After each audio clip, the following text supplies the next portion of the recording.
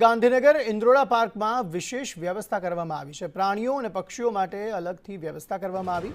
વાઘ, સિંહ, દીપડા માટે પિંજરામાં ઠંડક માટે ફુવારા લગાવવામાં આવ્યા છે, જ્યારે સાપ અને અજગર માટે પણ કુલર લગાવવામાં આવ્યા છે। પક્ષીઓ માટે પણ ખસના પડદા લગાવવામાં આવ્યા।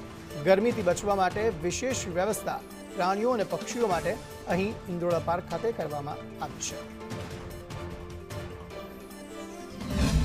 રાજ્યમાં એક તરફ હીટવેવની આગાહી છે અને ગાંધીનગર સહિત કચ્છમાં સૌથી વધુ ગરમી જોવા મળી રહી છે। આ ગરમીથી સામાન્ય માનવી તો બચી શકે છે, પરંતુ વન્ય પ્રાણીઓ અને પશુઓ માટે ક્યાંક પરિસ્થિતિ અઘરી હોય છે અને એટલા જ માટે ઝૂ ઓથોરિટી ગાંધીનગરમાં જે આવેલું છે ઇન્દ્રોડા નેચર ઉદ્યાન, ત્યાં પણ અલગ વ્યવસ્થા આ પ્રાણીઓ માટે કરવામાં આવી છે।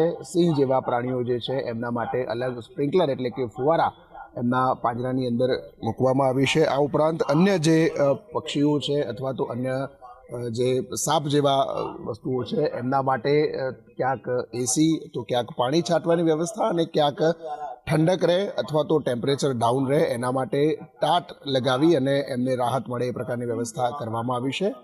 ગાંધીનગર સરિતા ઉદ્યાન કે જ્યાં આ પ્રકારનું નેચર ઉદ્યાન આવેલું છે અને સિંહ જેવા પ્રાણીઓ છે એમના માટેની અલગ વ્યવસ્થા આ ગરમીથી ઠંડક મેળવવા માટે ઓથોરિટી દ્વારા કરવામાં આવી છે। કેમેરામેન જયવીરસિંહ સાથે હિરેન રાવલ।